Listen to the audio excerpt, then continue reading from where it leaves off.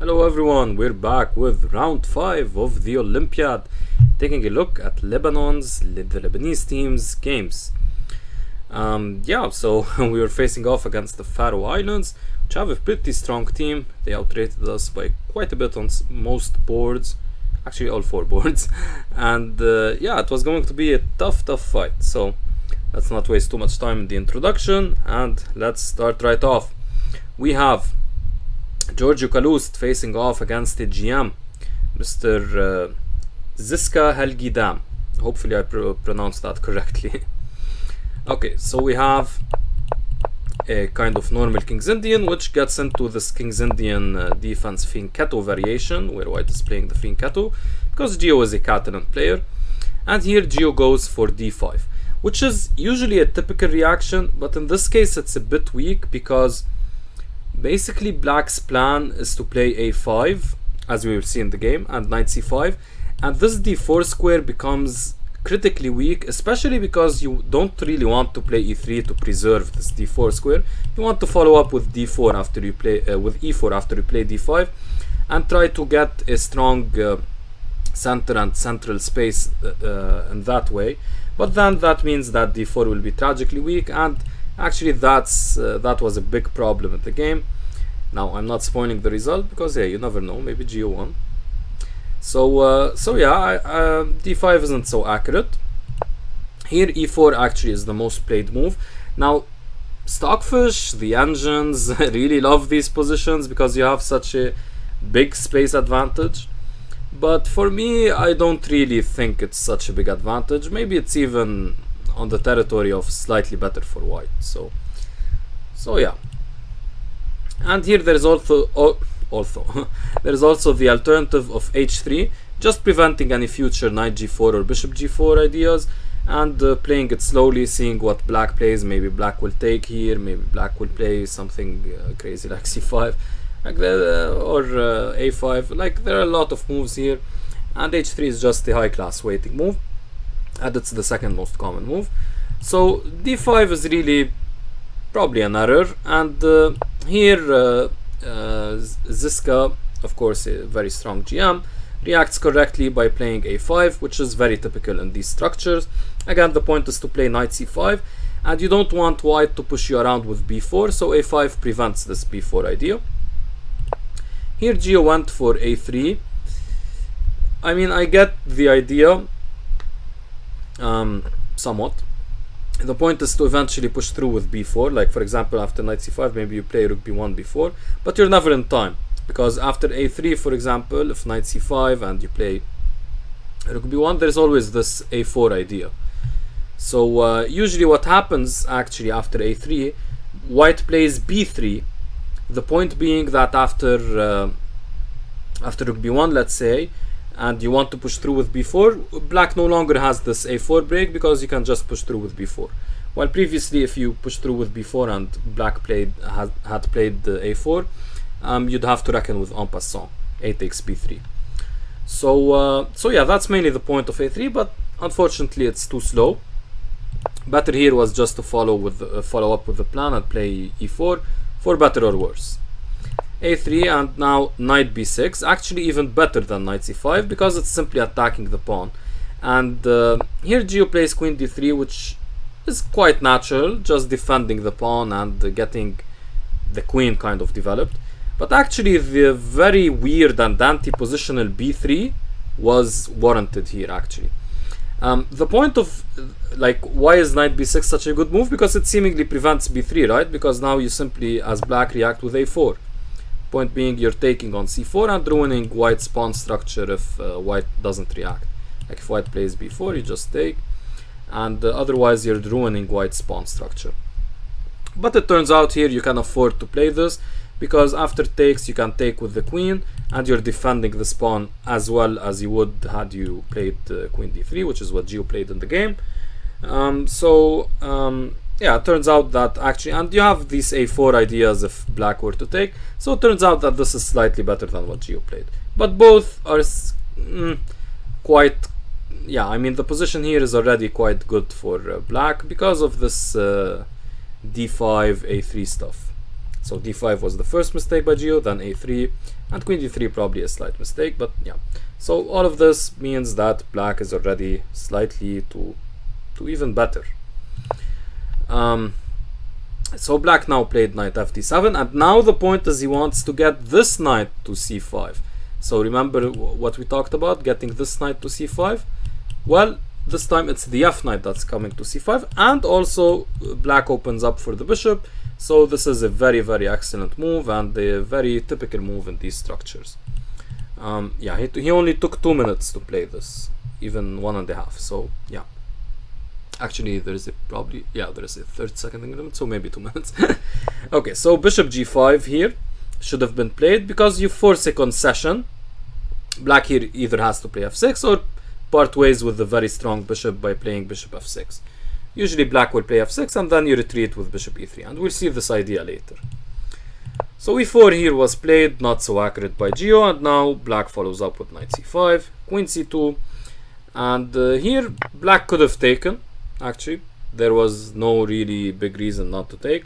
Now he might have been afraid of some b3 ideas, some knight b5 ideas, some knight a4 ideas, but yeah, it seems that they don't really work.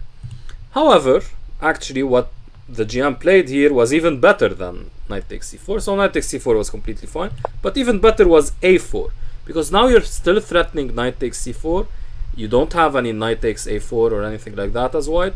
So yeah, you're still threatening all your threats, and you're increasing the positional advantage you have. So a4 is a very good move. And remember this idea of these kinds of structures, a4, very important to prevent b4. If there were no en passant rule and white could play b4 here, now here it wouldn't be so great because there is also knight b3, but usually b4 is a really desirable move. So here white played bishop e3, and again remember we talked about bishop g5 first, right? Forcing the f6 concession and then bishop e3. So that would have been a bit better. Instead bishop e3, and now knight b3. Very good move as well, attacking the rook and again threatening knight takes c4, rook a e1, and now bishop d7 was played.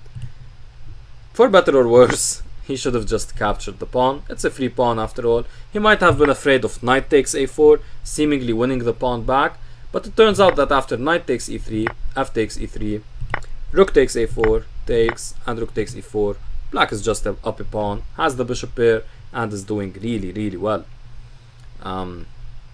Yeah, and the rook here isn't trapped or anything like that, so don't worry about that. Yeah, there's always like bishop f5, rook c4. Actually no, after queen c2, yeah, just bishop f5 probably should be sufficient. Yeah, there's always like rook g4, so yeah, it's completely fine. Instead, Ziska played really calmly here, not wanting to risk anything against his much lower rated opponent. Instead of playing knight takes e4, he just went for bishop d7. And here white could have played queen e2, simply to defend the pawn. I'm a bit surprised Gio didn't play that. Instead, he sacrificed, well, he played bishop takes b6, a very anti-positional move. Yeah, I mean, okay, now there's no longer a knight attacking c4, but at the same time you're parting ways with your dark squared bishop, and now this bishop will gain a lot in strength, especially on this d4 square, which will actually prove to be a problem in some lines. So anyway, black took back, knight d2, and now you see knight d4 for example, and knight e2 takes, queen takes, and bishop h6 was played. So all of this was good play by both sides until here black didn't play well with bishop h6. I mean, bishop h6 is still very good in my opinion. Like, if I saw this move and you told me it's a bad move, I wouldn't believe you.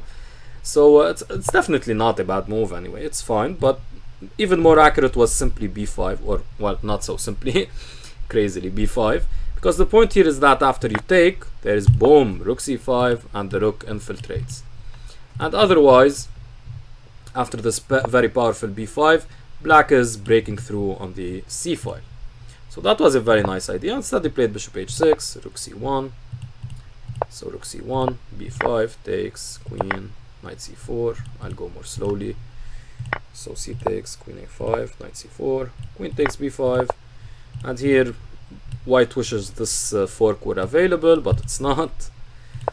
So rook c3, trying to double up, queen a6, rook b1, defending a bit and maybe trying to push through b4 in the future, and now b5. Again, more accurate was rook c5, but it's really difficult to find this move. The point is just to double and play b5 later. b5 is still fine though.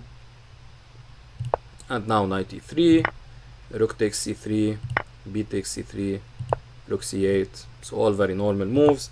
Knight d1, very good move defending the pawn and getting out of the line of fire. Queen a7, yeah, improving the queen's position and perhaps eyeing some f2 stuff.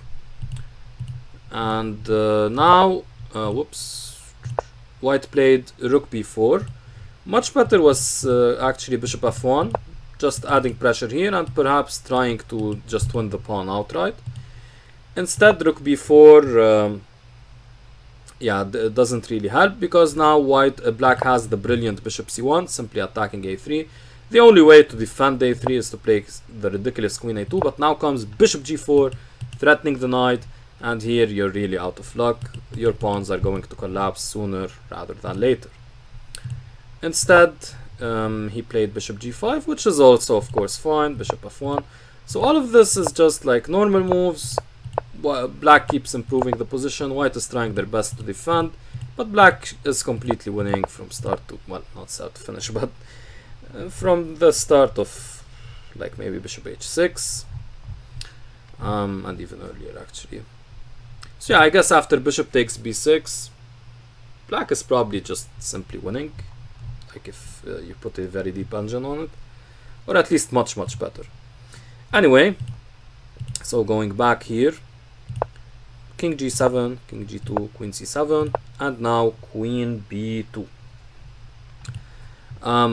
Yeah, queen b2 just loses because you give up on the pawn. Instead, you should try to defend.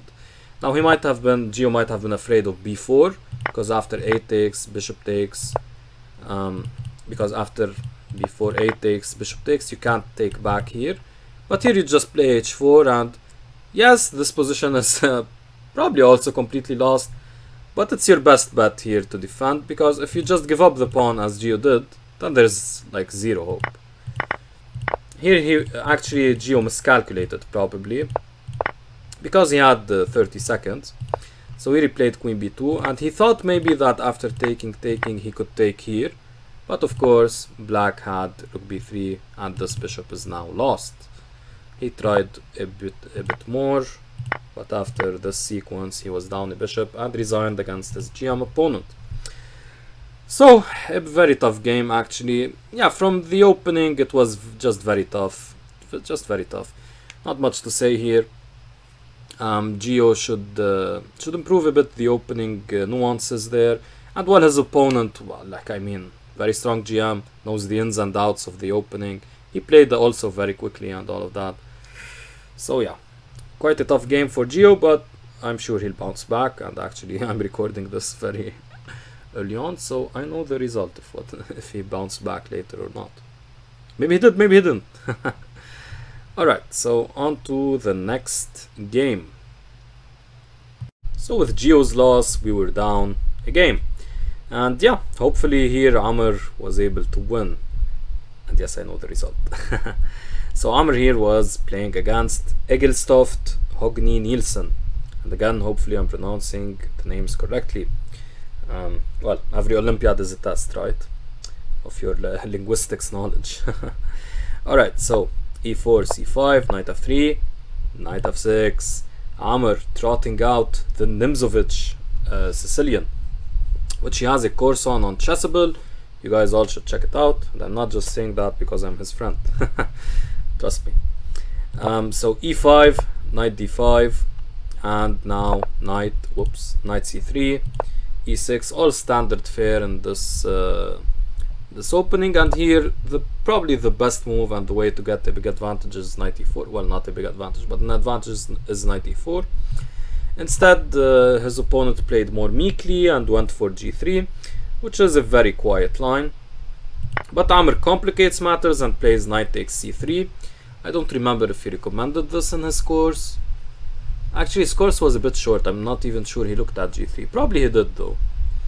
But anyway, knight c6 and d6 were alternative options, and probably the better moves. But knight takes c3 is still interesting because after d takes c3, Amr's plan is b6. So a counter fianchetto against this fianchetto, which is an idea on chess, like this counter queenside fianchetto against the kingside fianchetto. This is something I like as black, especially because I play one of these lines with, like, you know, knight f3, knight f6, g3, b5. This is something I play, and people who have watched my blitz videos know that. Not with good results most of the times, but I like it still. Anyway, bishop b2, bishop b7, bishop f4, developing, queen c7, also developing, queen d2, insinuating long castles, h6, preventing knight g5s, bishop g5s, and perhaps preparing g5, h4, blocking g5, knight c6, developing, h5, completely blocking g5 because of en passant.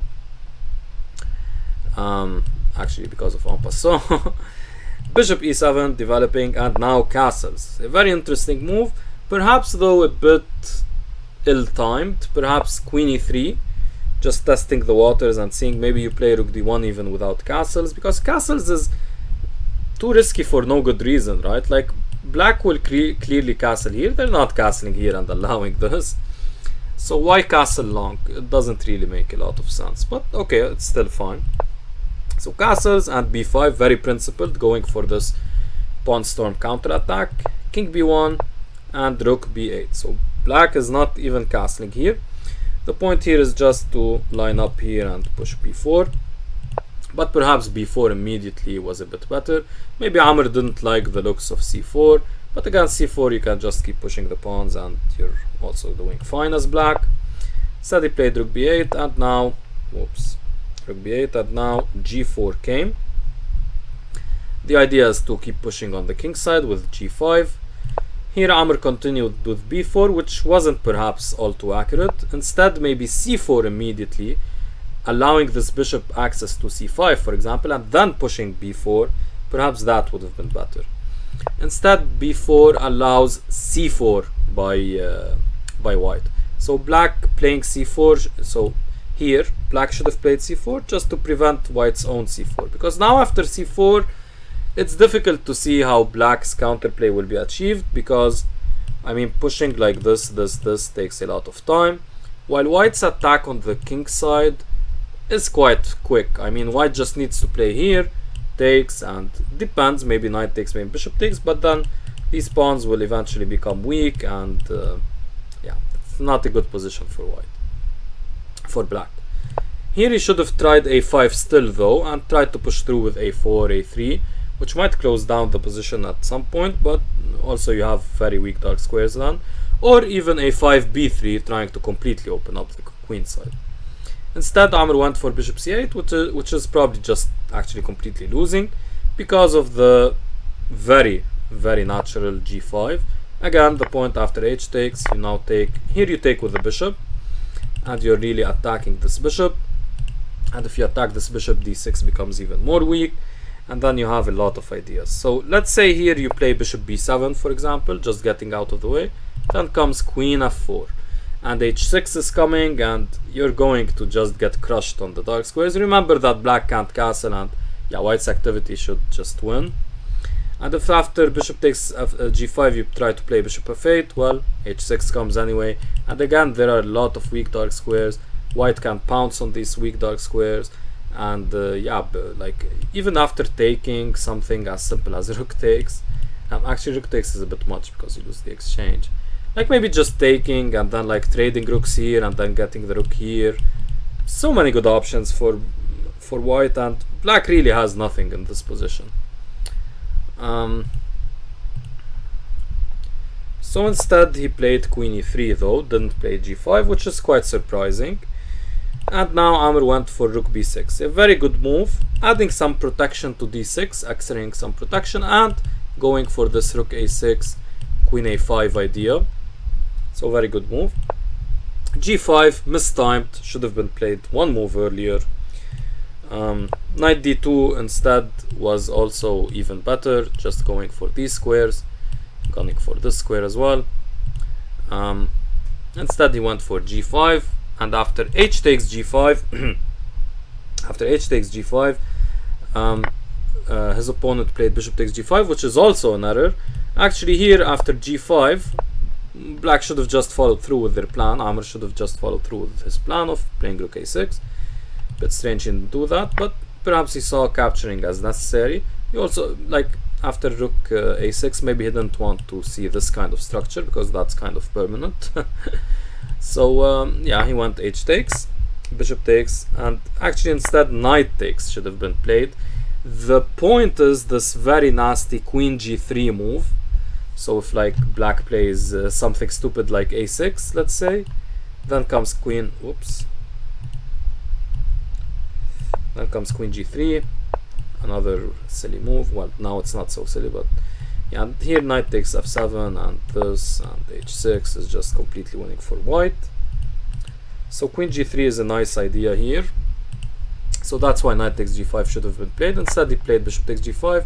And now after rook a6, the worst is behind Amr, and it's probably just an equal position because he has some sort of attack, counterplay. His opponent continued semi-blundering, making mistakes with h6, which just allows some liquidation and helps Amr get a fine position. Instead he should have tried bishop takes, and after knight takes, the familiar knight d2, and going for these squares.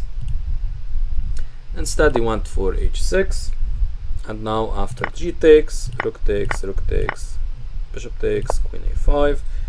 So the entire king side gets liquidated. White attacks here. Queen b3 tries to defend, bishop b7, and now bishop g7. Which isn't so, like, okay, bishop b7 wasn't so accurate because perhaps king d8, king c7, which is an idea that Amr played later, perhaps it was better just playing it now.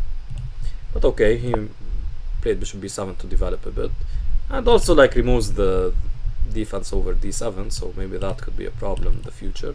Like it probably won't be, but I mean it's an idea to keep in mind. Okay, and now Nielsen played bishop g7, which isn't so great because his whole idea was playing bishop f6, which isn't a good move, and we'll see why in a second. Instead he should have just played knight g5, just attacking some squares, threatening some ideas, threatening in some cases even this. So yeah, knight g5 was a much better move. Instead bishop g7, and now king d8, very good move by Amr. Wow, amazing, he found that. Now his king will find safety on c7, and actually black after bishop f6, king c7, not even bothering to take because why would you? Now black is almost starting to become a little bit better. Well, it's about equal, but yeah, the path to equality was again knight g5 attacking f7, and after takes, you have knight d4 potential, knight e5. Well, knight e5 isn't great, but at some point maybe it would be. So black should be fine here, but yeah, it's probably just equal. Instead his opponent played bishop f1, which is again not so great because after bishop takes, e takes. Now Amr played d6, which basically just blunders a draw, or at least a slight white advantage. Instead he should have played e5 with the brilliant idea of knight d4, and the reason e5 is so strong is because this pawn just gets picked up. Knight d4 comes with very powerful effect. The pawns are all on dark squares. This bishop looks ridiculous, while this bishop, all the pawns on dark squares, it's very happy. So all of this means that here black is better and like almost even winning. Instead Amr went for d6, which is natural. Like playing e5 is a bit strange because you weaken d5 so severely, and even d6, d7 become weak, but it's working tactically. Yeah, but so d6 was maybe natural, but not so good. Bishop d3, knight d8, knight g5, bishop c6. So here they find the repetition and agree to withdraw, but here white is probably still slightly better, even though the pawns are on dark squares, but a lot of activity this way, and this pawn is also weak after knight g5. And like this knight is rather passive, just defending, while this knight is the one attacking. So white should still be better, but taking a draw is completely fine. Probably white wouldn't win even. Like yeah, the win is not easy at all if it's there. it's just a slight white advantage. So yeah, a draw here. So we're down 1 game, Gio lost, and we drew this one, so this one doesn't count. So we're still down 1 game. So let's see how Antoine did. Maybe he can save us and recover. So we go into this rather boring 4 knight stuff in e4, e5, and we got this opening, which is basically a draw offer at the top level. But here actually his opponent Egilstoft Rogvi. So yeah, Egilstoft here, yeah, just misplays it a bit. Here he plays rook e8. Usually the more common move is here just d5, trying to get like repair black's pawn structure. Instead he went rook e8, and now bishop g5 was a very good move by Antoine, pinning, h6, bishop h4, insisting on the pin, d5 a bit mistimed, takes, and now bishop takes c3, giving up the bishop pair for no real well, I mean, okay, there's a reason to double the pawns, but white will always have c4 to undouble. So bishop b takes c3, c takes d5, and here the position should be like after rook e1, it should be slightly favorable for white because of the bishop pair, and soon you have c4 just to undouble these weak pawns, and you shouldn't have any problems. Having said that, black has a lot of activity, and yeah, I mean the game should probably still be a draw. But playing rook e1 is important because you want to relieve some pressure, because this rook actually has some very annoying ideas, and we'll see those in the game and in a second. Instead, Antoine played h3, which can't be blamed, preventing knight g4 and bishop g4, but yeah, that other rook e1 was better. Queen d6, and now Antoine is very excited to get rid of these doubled pawns and plays the principled c4, but unfortunately it's not such a great move because of a move we'll see in a second. Again here, rook e1, just trying to trade off 1 pair of rooks. Very important in this position actually, it turns out, because this rook actually is very annoying. You'll see why in a second.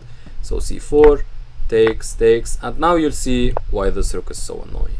So here rook e4 picks up the bishop pair, and yeah, black here recovers one of the bishops at least. So here basically bishop takes f6 is forced, and yeah, they should even be slightly better, to be honest, because of the better piece activity and dark square control. Instead queen f4 was played, and after bishop takes, queen takes, bishop d3, this position is just way too symmetrical and should just be a draw. Funny thing, maybe black has a slight pull because of the more powerfully placed queen, but yeah, it should end into it should peter out into a draw, and that's like we'll see a few more moves how this transpired. So it seems like Antoine is doing something, maybe trying to go for an attack, but the position is just so dry. Alright guys, sorry about that, had to cut the video. Anyway, so yeah, here queen c6 was played, and Antoine went for bishop c4, which isn't so accurate. He should have played rook f2, defending the potentially weak g2 square, and you'll see why in a second. So after bishop c4, black has the brilliant tactic bishop takes h3. Well, not so brilliant, but a good tactic with bishop takes h3. Yeah, Antoine can't recapture, but thankfully after bishop d5, he's able to find very good moves and basically draw the game. Actually, the game didn't last much longer than this. Actually here, if you take though, there's this queen g6 check. You go to h1, let's say, we'll look at king h2 in a second. While check comes, king g1, and you pick up the bishop. And the point here is that the king is so airy, this looks just absolutely ridiculous, right? And the rook is coming here, the queen is coming here, and it's GG. And otherwise, if the king here after queen g6 check, so g takes h3, queen g6 check, if king h2, now comes queen takes c2 check, you go back with the queen, let's say, and now just queen takes c4, and again, the same problems.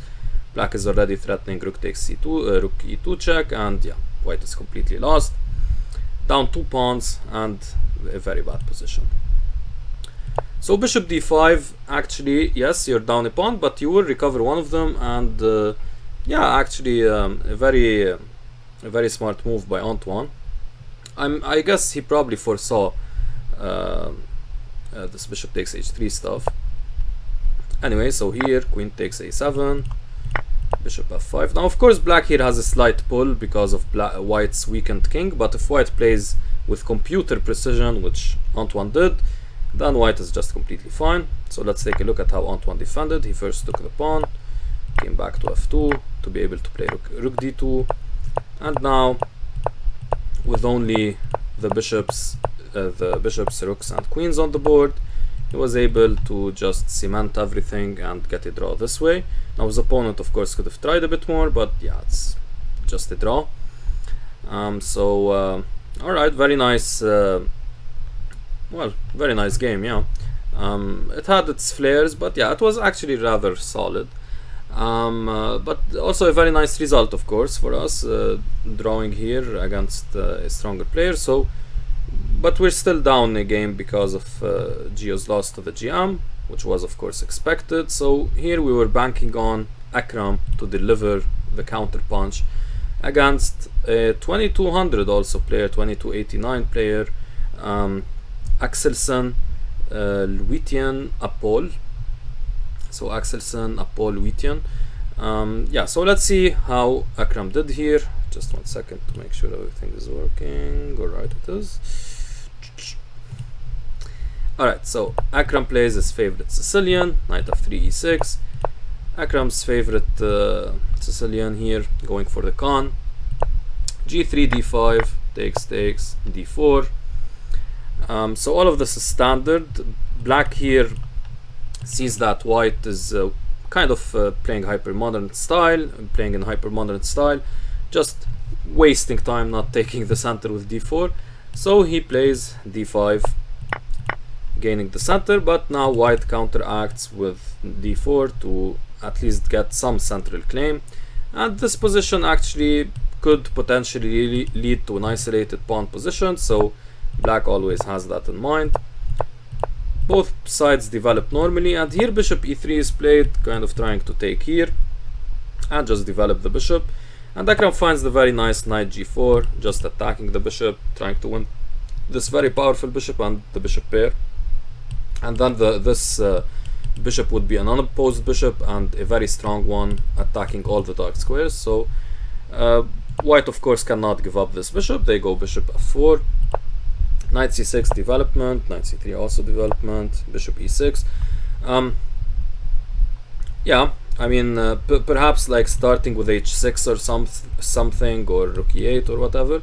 But no, bishop e6 makes a lot of sense. Also, just developing the bishop to natural square, further defending d5. h3 here was played, knight f6, and now rook e1, all very natural moves, and queen d7.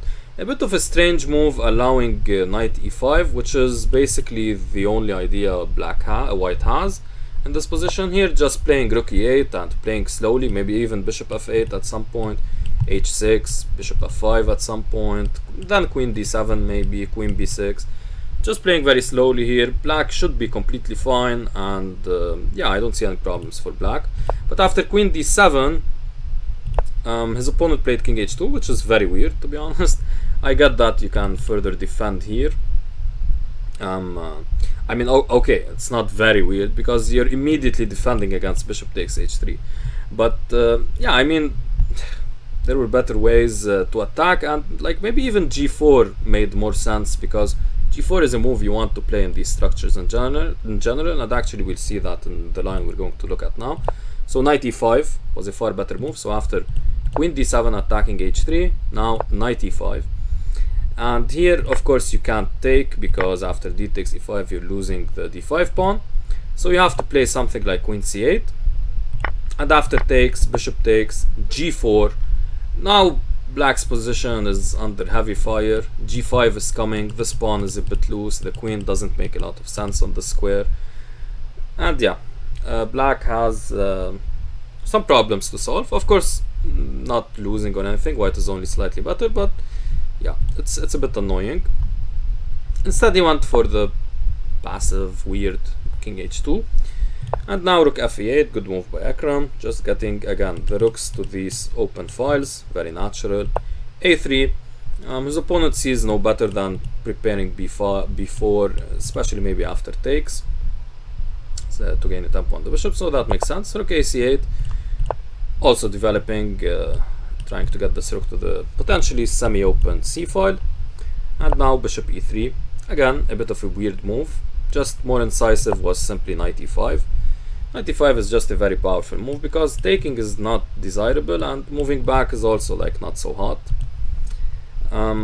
So bishop e3 and now b6 by Akram, kind of enticing white to just go for knight e5, which he did do.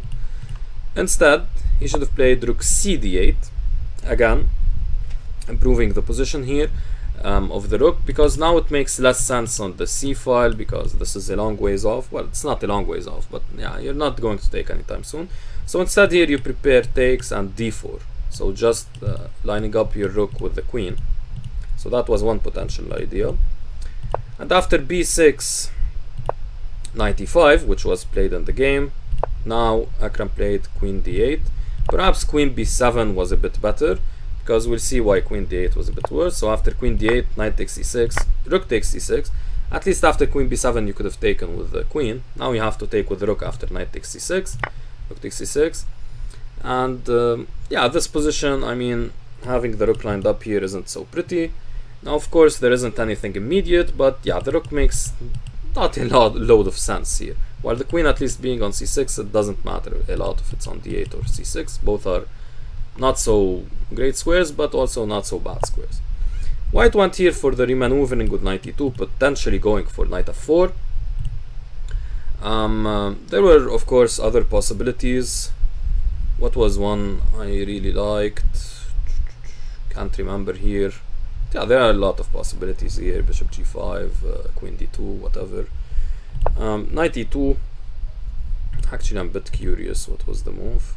Queen e2. Yeah. Yeah, okay, so knight e2, yeah, queen e2 has potential to go on these slight squares. So anyway, knight e2, and here black should have played h6, preventing bishop g5, and not really being afraid of knight f4, because you always have bishop f5 or whatever. Yeah, so knight e2, bishop f5 immediately, and now there was this very powerful c4 move. The point is, again, this kind of lining up, which isn't so desirable, though black had bishop e4, and actually it's, yeah, I mean bishop f5, maybe I shouldn't have, no, this was too harsh labeling it as an accuracy. Now, yeah, because, yeah, I labeled it, not an accuracy, mistake. I labeled it as a mistake because after knight e2, black probably has a slight pull after h6 and continuing from there, while after bishop f5, now white has a forced line after c4, bishop e4, and it turns out white is slightly better. So queen a4 is one of those slightly better lines. Another more forcing line is potentially just taking everything, taking here, taking here, taking here, taking here, taking here, taking here, takes, here, here, here, and knight c6, threatening knight c7 check, so king f8 is basically forced.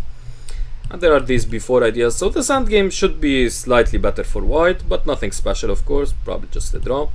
So bishop takes e4 could have led to this very forced line, but his opponent wasn't probably interested in immediate draw, even though for the match situation it would have made a lot of sense. So he played queen a4, rook c7, takes, and now rook d1, rook a d1, lining up against the queen, c takes, rook takes, and queen c8. Remember queen c8 before? Yeah, it's played now.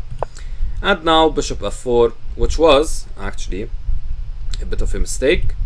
Instead, he should have played b4, preventing rook c5, which does arise after bishop f4, now rook c5, and this is actually a big threat. So black, so white here needs to be very careful, and they weren't. They played knight c3 here, again not taking notice of the danger, and rook h5, and yeah, it's tough now. He was forced to play h4, but now comes bishop c5, And knight g4 check is a big threat alongside knight takes f2. Whoops. And rook takes h4 at some point, g5 at some point. All of these are nasty threats. And here his opponent further blundered by playing knight takes e4. Just blundering well, the whole house. Instead, he should have sacrificed the exchange with rook d takes e4.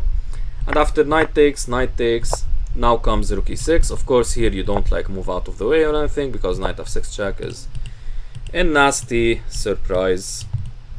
So you can't play bishop f8, but you play rook e6, preventing this check and getting out of the line of fire. And here black is up in exchange, but it's not clear at all. White has a pawn for it, and good ducks will control a good powerful knight, so it's not clear at all how black will win. Instead, he went for knight takes e4, which allows knight g4 check, king g2, and now very simply bishop takes d4. And now he might have thought about knight f6 check, which would have won only if the knight weren't there. After knight f6 check, black recaptures with the knight, and they have enough defensive resources to prevent back rank mate. f3 here, and now queen a8 check. So very nice move. The engine likes rook a5 a bit more, which also makes sense, just attacking the queen. Yeah, maybe bishop takes b2 later, f5, all of that stuff. But yeah, queen a8 is the more human and more natural good move. Just lining up here so that if takes, you have takes. Queen d7 though was a good counter punch, attacking these 2 points more, attacking this point more closely and attacking this point, and yeah, potentially threatening some back rank stuff if rook takes e4 in some lines occurs. And here Akram went for knight e3 check, which is an interesting move, and we'll see what complications do arise after it. However, he just had bishop takes b2 here, a very crazy engine move. The point is that after the queen takes the knight, you just go rook a5, and you have a very powerful position. Remember here, you're just up in exchange, so yeah, you're completely winning here. Instead he went, but yeah, I mean, it's very difficult for a human to play like this. So instead he went knight e3 check, which is more clear, because now after bishop takes here, rook h e5, white has a stable advantage as well, but here you're down a pawn compared to the other line where you're equal on pawns. Yeah, white is just up in exchange, black is just up in exchange, white has a pawn for it, but it shouldn't be enough. Still looks a bit scary with these knight f6 checks, but there's nothing there currently. The tactics do not work out, and white here played rook d3, trying to maybe get in on the d file at some point. Queen c8, trying to trade off queens, and now queen takes a7. Actually, the queen trade here was rather good, because it's a bit difficult to see how, like, of course there are a lot of threats. There's f5 and gaining activity, and rook takes c4 if you cover the back rank mate, of course. So yeah, here black is probably winning, but it was white's best chance to trade off queens, no matter how counterintuitive that is to trade off queens and get into a rook endgame. But actually the rook endgame promises more chances here, because usually like the queens offer chances because you know there are checks and all of that nasty stuff. But in this position, actually it's black who will check white, not white who will be checking black. So yeah, but it's because of king safety that queen takes c8 is the better move than the more natural, or seemingly more natural, queen takes a7, which also wins a pawn. But now comes queen takes c4, and now you see what I'm kind of what I was kind of hinting at, right? So the queen here against this king, it's going to be very annoying. Rook d2 defending against queen c2 check, rook 5 e6 defending the b6 pawn, queen b7 just improving the position of the queen and getting out of this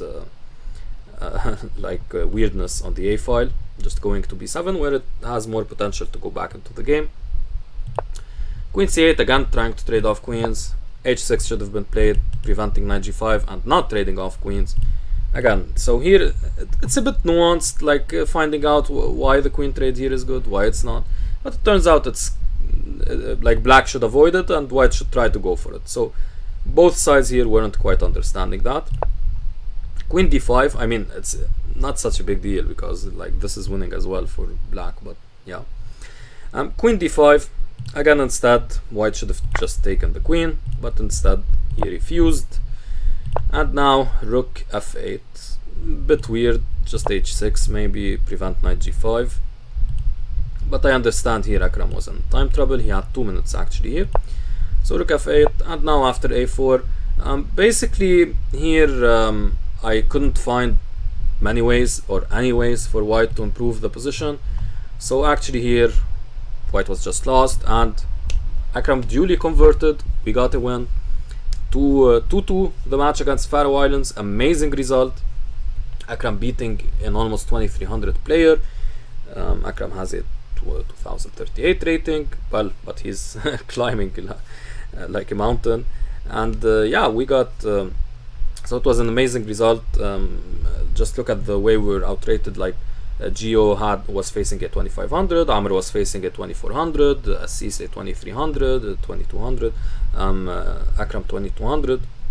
So considering our ratings, that was an amazing result. So let's take a look at the way the conversion occurred here, instead of yapping about our brilliant result. Yeah, here Akram just trades off the rooks and gets into this completely winning endgame. Notice here that this pawn is freezing these 2 pawns, so that's always important in endgames. And here white resigns, seeing that, well, they're going to lose the pawn and it's completely game over. So again, very nice result here. Proud of the Lebanese team drawing the Faroe Islands. And I just noticed the names were cut off. Okay, sorry about that, guys. Shoot. So yeah, the names were cut off. Okay. Anyway, so yeah, great result. And yeah, guys, thanks for watching. I'll be hopefully uploading the next video by today, but yeah, bit tiring making these recap videos. Lots of analysis going on. And yeah, thanks for watching, guys. Take care.